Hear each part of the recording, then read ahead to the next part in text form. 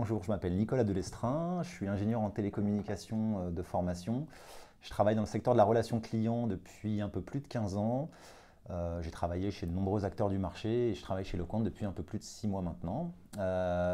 J'adore ce métier parce que c'est un métier qui me permet d'allier les nouvelles technologies et puis la découverte d'un environnement métier nouveau à chaque nouveau projet client qui démarre. Donc c'est une expérience qui est très enrichissante et dans laquelle on ne s'ennuie pas.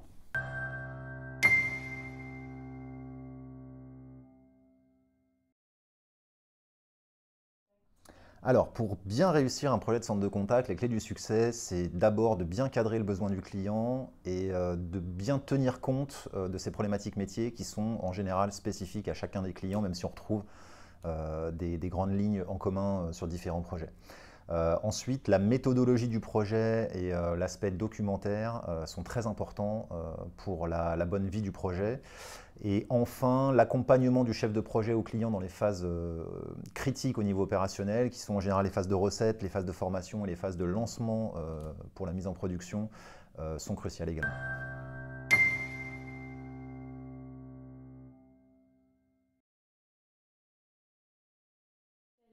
Alors, dans un projet de centre d'appel, on commence tout d'abord par effectuer une réunion de lancement client, ce qui permet de revalider avec son client le périmètre du projet, la méthode de suivi et toute l'organisation qu'on va mettre en place pour garantir la bonne tenue du projet. Ensuite, on va commencer une phase d'atelier technique pendant lesquels on va rencontrer les équipes métiers et les équipes projet client. Ce qui va nous permettre, côté chef de projet, de rédiger les spécifications du service, spécifications qui devront être validées par le client pour démarrer la phase de réalisation. Donc on passe ensuite dans cette phase de réalisation, c'est la phase pendant laquelle le chef de projet réalise tous les développements, les paramétrages et le déploiement des instances produits pour adresser le service du client.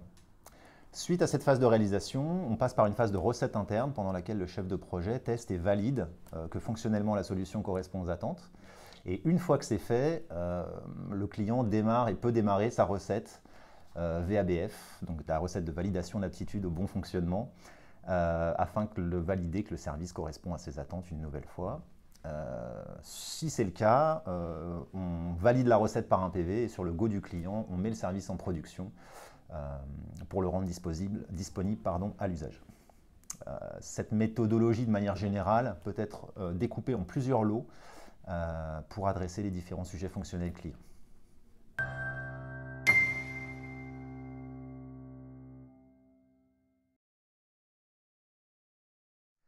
Alors, de manière générale, je dirais que l'ensemble de mes projets suivent cette méthodologie avec quelques ajustements en fonction de la dimension du projet, du type les comités de suivi et la teneur ou la quantité de livrables fournis aux clients.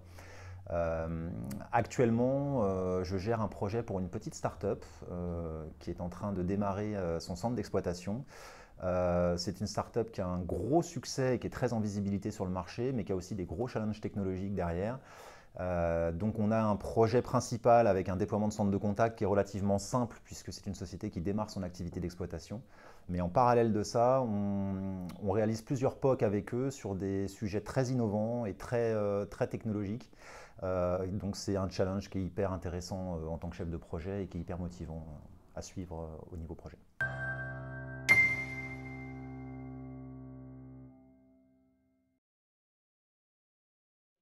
Alors, je pense qu'un des points forts d'Eloquent, c'est l'accompagnement personnalisé par le chef de projet, cumulé à un savoir-faire sur la partie centre de contact qui est avéré et éprouvé au sein des différentes équipes en interne. On a une méthodologie qui respecte les différentes normes du secteur, notamment la norme ISO 27001 et toutes ses préconisations. Et on a une connaissance très détaillée des différents canaux, des différents modes d'interconnexion d'un centre de contact. Donc tout ce qui est canaux voix, chat, mail, SMS, etc. L'équipe projet a une expérience assez complète sur chacun de ces différents médias.